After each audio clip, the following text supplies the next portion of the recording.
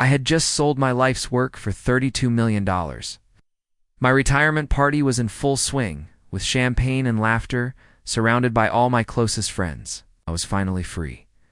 But as I raised my glass for the toast, I saw something that turned my dream into a nightmare. My own daughter-in-law, Wendy, thought no one was watching as she slipped a mysterious powder into my wine. It was a moment of pure betrayal. My own family wanted me dead for the money, so I made a split-second decision. No one was looking. I quietly switched my poisoned glass with her own father's. What happened to him next? It shocked me to my core. Before you hear this unbelievable story of family treason and the revenge that followed, make sure you are subscribed to LifeFlip, and let me know in the comments what time it is where you are right now. For 30 long years, I poured my soul into building my company. Every missed birthday, every holiday spent at the office. It was all for this moment. The sale was final. $32 million. My freedom, my retirement, my peace. Finally secured? I was. In my office, the pen still warm in my hand from signing my life's work away, dreaming of the quiet life ahead. I was about to call my friends to my retirement party when the door burst open. It was my son, Dennis. And he wasn't there to congratulate me. His fist slammed down on my desk, making the very contracts that held my future jump. $5 million, he demanded, his voice cold and sharp. That's what I need. And I need it now. I looked up at the boy I raised alone after his mother passed, my heart sinking into my chest. Dennis, I just sold the company. I can finally retire. A twisted smile spread across his face. That's perfect, Dad. His eyes gleamed with a hunger that turned my stomach. Now you can help your son. $5 million. I've got debts to cover. I want to start my own business. Standing in the doorway was his wife, Wendy. Her calculating gaze flicked between my son and the multi-million-dollar contracts on my desk. She gave him a slight, almost invisible nod. A silent signal of approval. You didn't even congratulate me, I said, the words harder than I intended. This is the biggest day of my life, and you march in here demanding money like I'm a bank. Congratulating you now, Dennis sneered, leaning forward, his palms flat on the wood. $32 million is incredible. So what's $5 million to you? It's nothing. Nothing. I felt a heat rise in my chest. I started my company in this very room when he was just a boy. I worked 8-hour days, missed his school plays, and built an empire from scratch while raising him alone.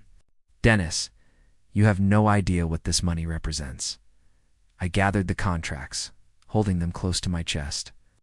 This was my security, my retirement. I earned this. But I'm your son. His voice cracked like a petulant teenager's, though he's a grown man of 38.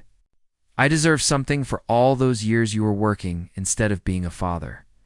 The accusation hit me like a physical blow. It was Wendy who stepped forward then, her voice dripping with fake sweetness. Maybe we could discuss this more calmly, Lester. Dennis just thinks it would be wonderful if you could help us get started. Started?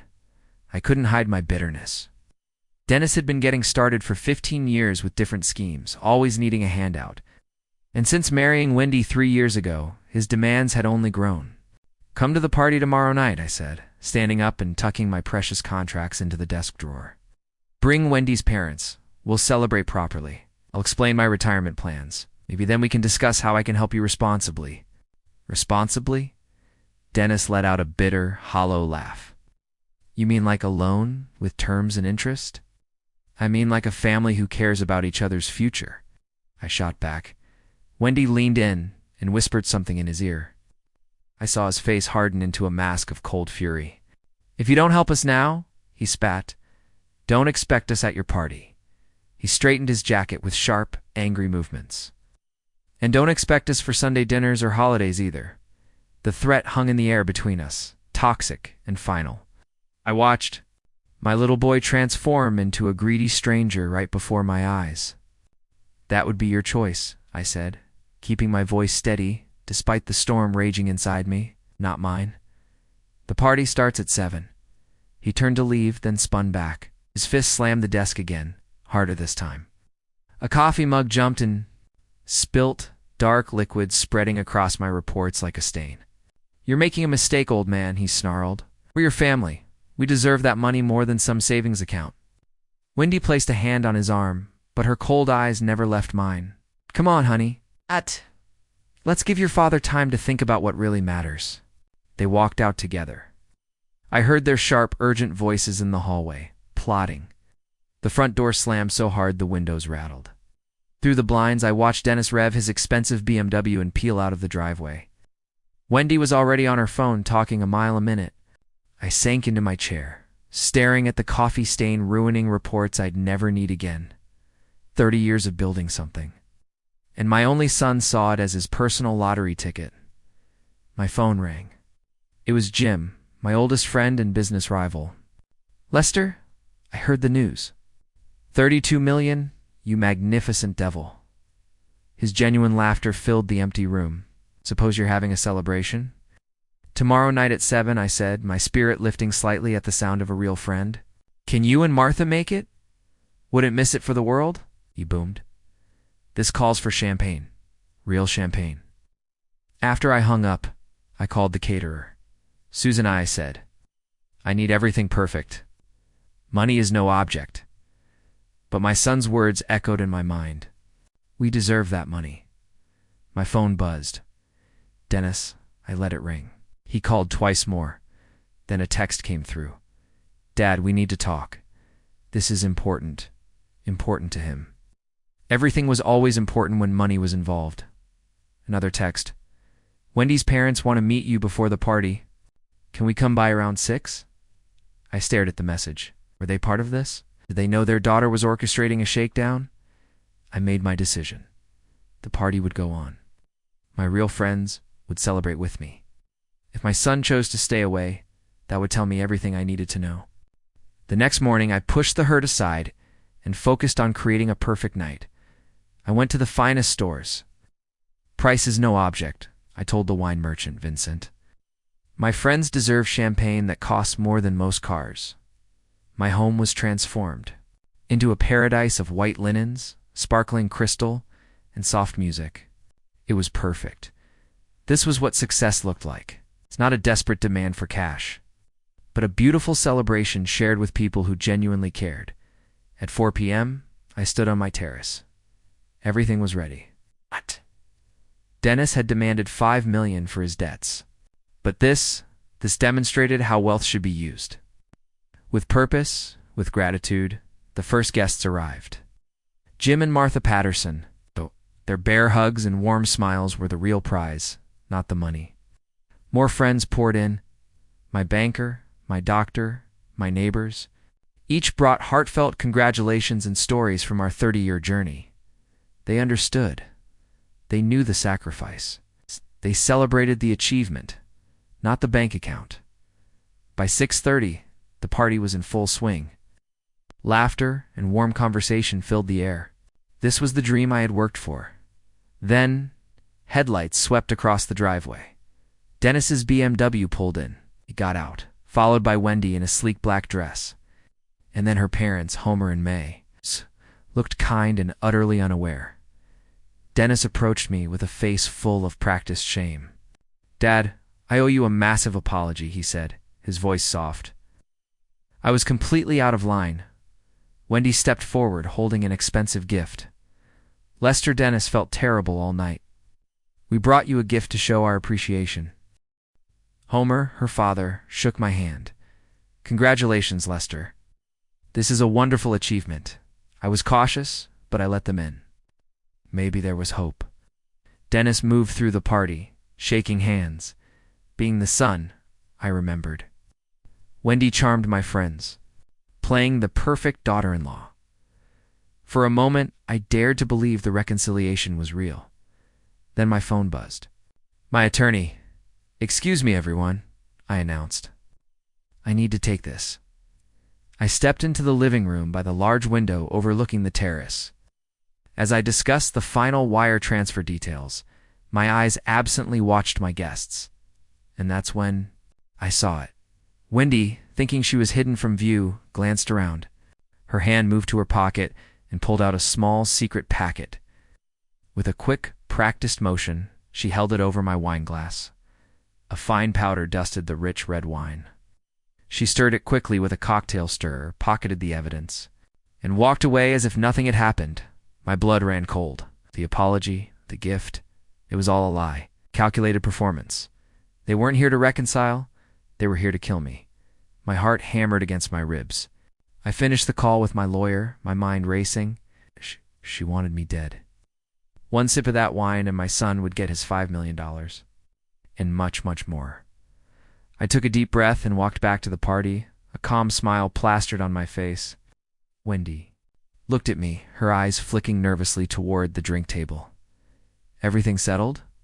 She asked, her voice too sweet. Just final details, I said smoothly. Lester, we should have a proper toast to your retirement. She urged, her voice laced with a hidden urgency. Your wine glass is right there, ready. She was pushing me toward my death. Excellent idea, I agreed.